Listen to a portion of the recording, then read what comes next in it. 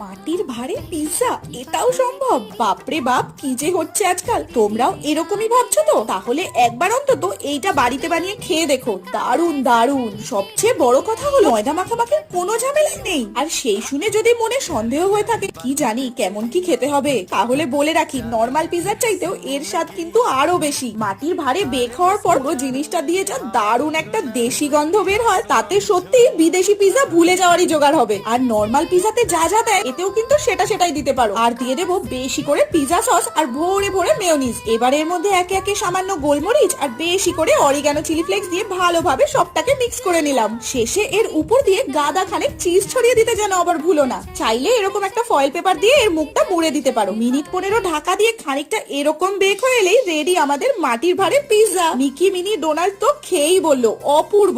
Like বাটনে এই ভারে তৈরি পিৎজার ঝড় তুলে হেসেল বাজকে সাবস্ক্রাইব করতে ভুলো না কিন্তু।